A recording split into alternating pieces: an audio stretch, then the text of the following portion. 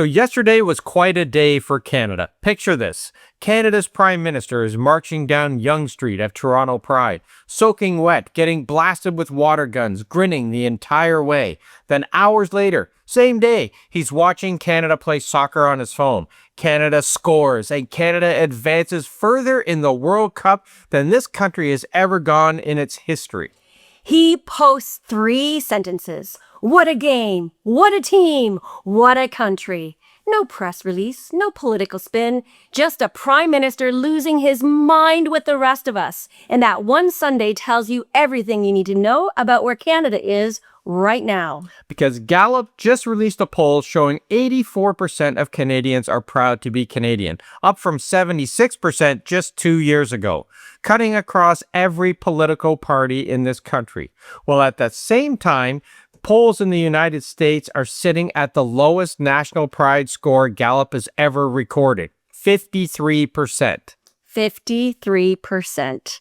The U.S. is about to celebrate its 250th birthday, and barely half of its citizens feel proud to be American.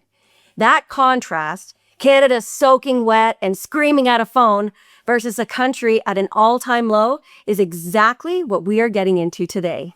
So let's start with Canada because this is worth celebrating properly. The 84% number is remarkable, not just because it's high, but because of who is saying it. This isn't one political tribe waving a flag here. 96% of Liberal voters say they are proud to be Canadian, while 76% of Conservative voters say they're proud. 75% of NDP. And here's the one that really surprised me, Dave. 64% of Bloc Québécois voters, a party whose entire platform questions the national project, and nearly 2/3 of their supporters say they are proud Canadians. That's awesome. Yeah, really. When the Bloc voters are at 64%, something real is happening here. This is national cohesion that cuts across party lines. And in 2026, that is really rare anywhere in the world. It's not just a feeling either.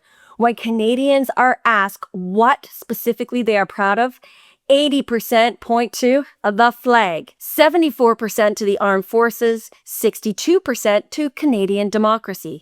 Every single one of those numbers, they went up from last year. Listen to that. Up. Not flat. Up. Well, every comparable institution in the U.S. is heading in the other direction. Now, we'll get to that in a second because those numbers, they tell a really different story. Now, this is not about gloating. Oh, okay, maybe a little. The U.S. numbers are really alarming for a country that has been the anchor of Western stability for 80 years.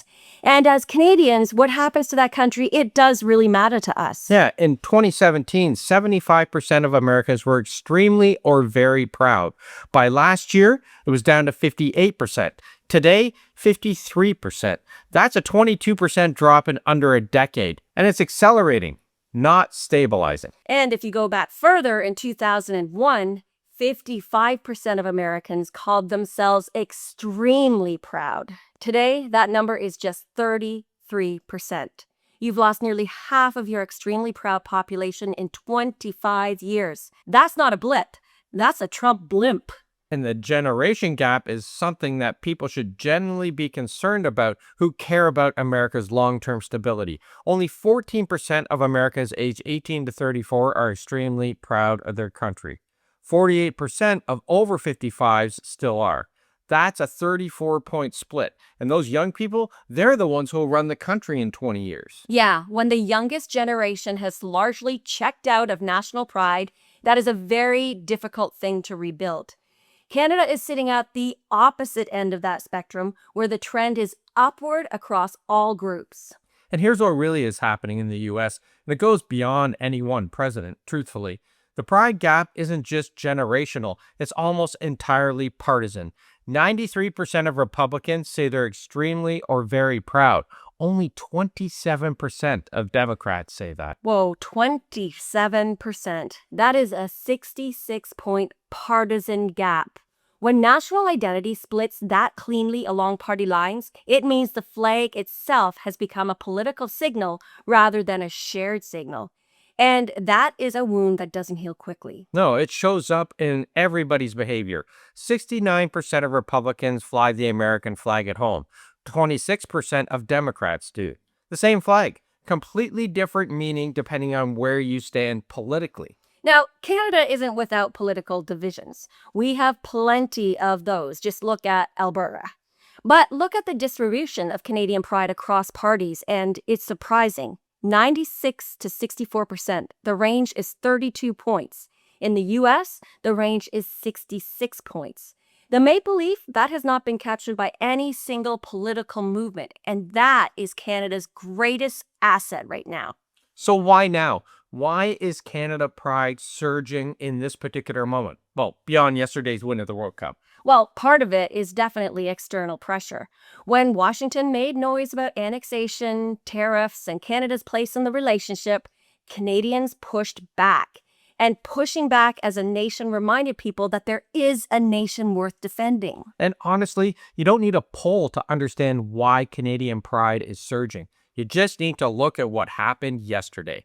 In the afternoon, Prime Minister Carney was marching down Yonge Street at Toronto's Pride Parade, the largest festival in Canada and the second largest pride celebration in the entire world. He got absolutely drenched by people with water guns. He just kept walking, pink shirt and all. And then what happened hours later? He's barely off a flight watching the final minutes of Canada versus South Africa on his phone. And Canada puts it in the net in the 92-minute mark. Canada advances to the round of 16 for the first time in history. And Carney posts 3 sentences. What a game, what a team, what a country. Yeah! I love that because it wasn't a political thing. It was just a Canadian watching his country do something it's never done before.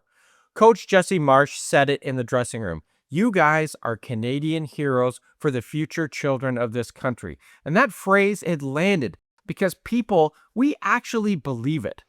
That is what 84% pride looks like in practice. It's not an abstract number on a survey.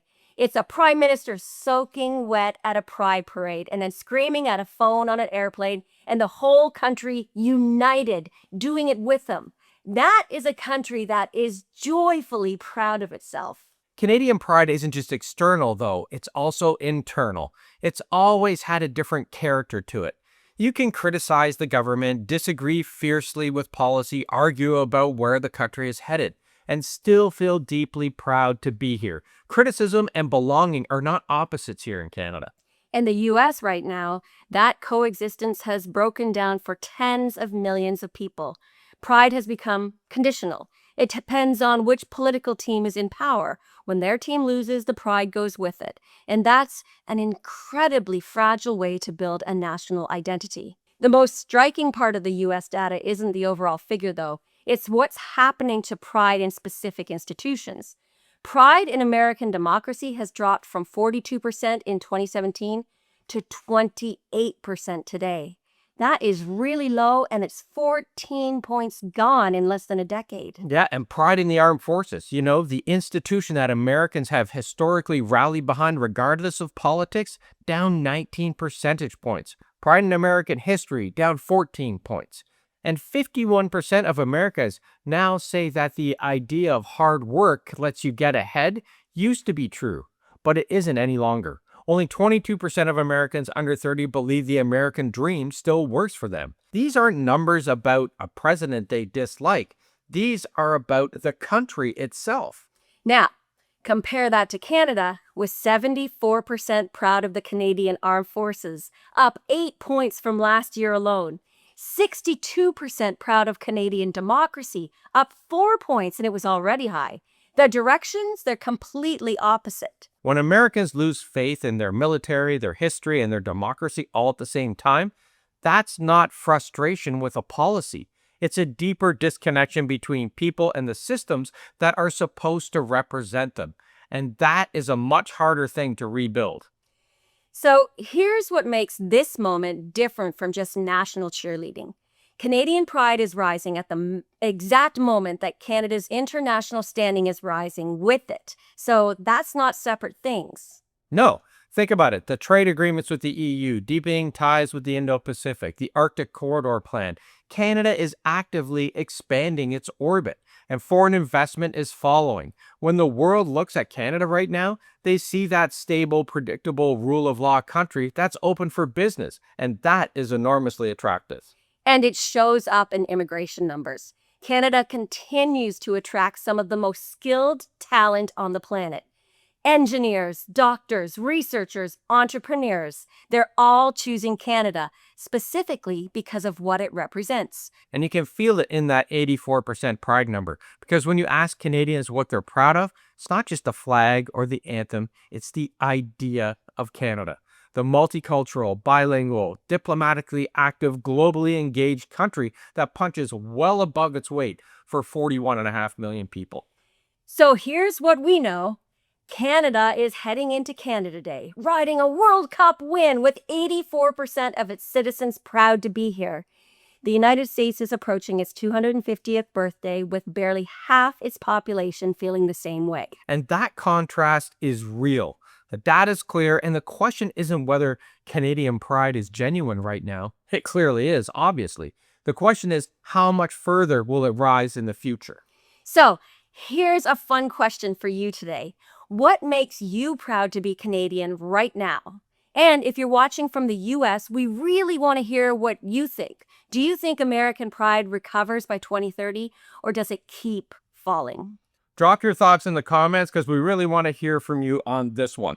And check out the pinned comment for all the fun links. And if you haven't, subscribe because we're putting out videos every single day. And don't forget to hit a like and hit a hype, and we'll see you tomorrow. Ciao for now, everyone.